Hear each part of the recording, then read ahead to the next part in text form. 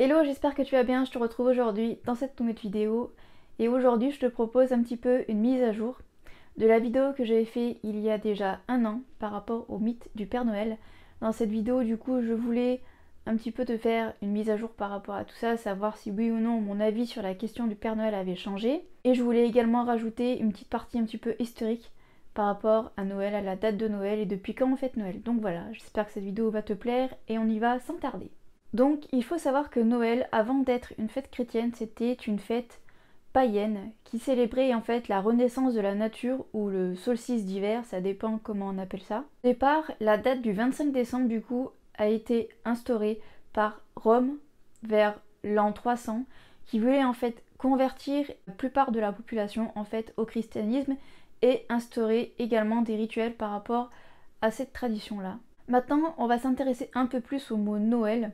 D'où vient le mot Noël? Pour certains, le mot Noël vient en fait du latin natalis dies, qui veut dire jour de naissance, ce qui pour ma part paraît un peu plus logique, sachant qu'à la base on est quand même une langue latine, je vais y arriver, et d'autres pensent que ça vient plutôt du gaulois, entre autres du mot gaulois nios, j'espère que je prononce bien, qui veut dire nouveau, et elle qui veut dire soleil. Bon, pour moi, du coup, comme je te disais, c'est un peu plus logique que ça vienne du latin, mais voilà, je te donne cette info-là pour que tu puisses te faire un petit peu ta propre idée. La fête de Noël, alors là, pas comme on la connaît aujourd'hui, mais au tout départ, on a commencé à la célébrer en Europe aux alentours du 5e siècle. Ça a commencé vraiment à se, on va dire, généraliser à partir du 8e siècle, parce que le premier pays qui était un peu, on va dire, qui a commencé à fêter Noël, en premier, il y a eu l'Irlande, il y a eu l'Angleterre, l'Allemagne, donc voilà, ça a vraiment gagné l'Europe. Ensuite, vraiment, on est passé à un stade au-dessus, aux alentours du 18e voire 19e siècle, où là, vraiment, il y a eu cette coutume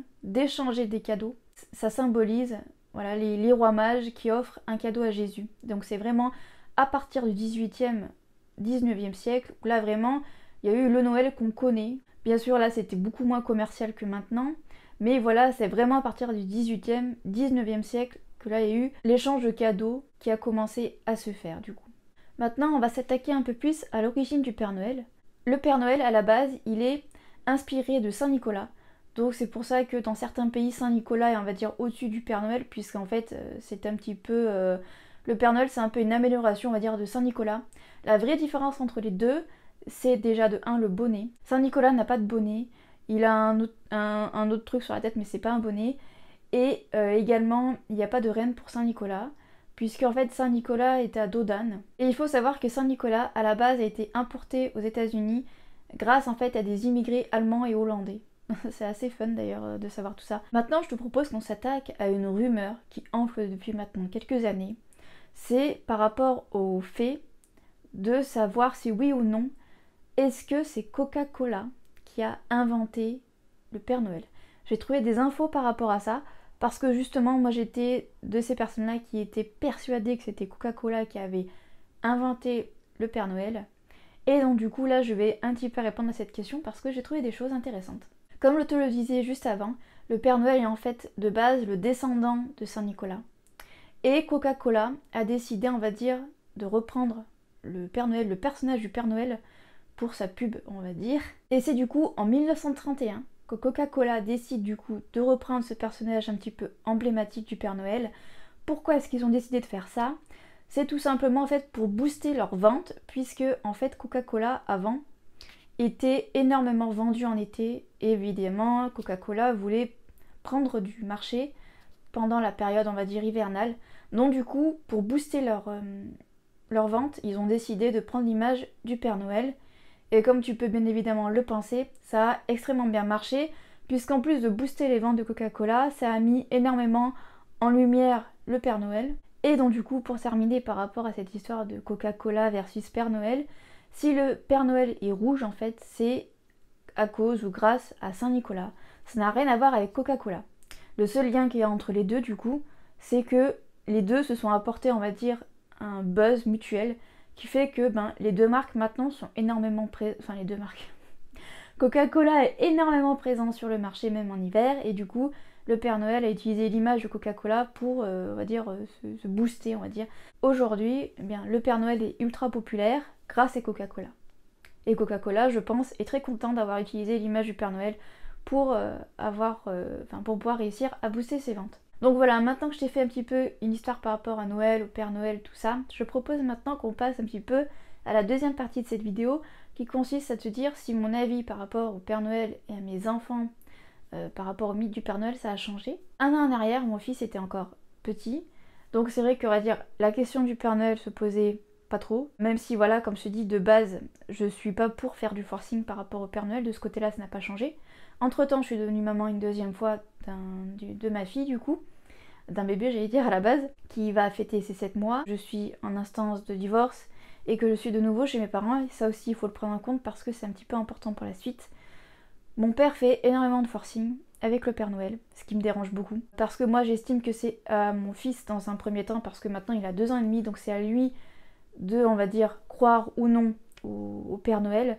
C'est pas aux gens de lui faire du forcing par rapport à ça.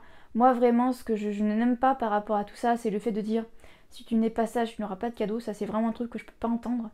Parce que, comme on le sait, le Père Noël à la base, c'est nous, hein, très clairement. J'estime encore une fois que pour moi, c'est hyper important, surtout dans ma situation actuelle, que mon fils comprenne que les cadeaux, ça ne descend pas du ciel, hein, très clairement, et que c'est un budget, surtout au moment de Noël où vraiment c'est un peu la boulimie au niveau cadeau.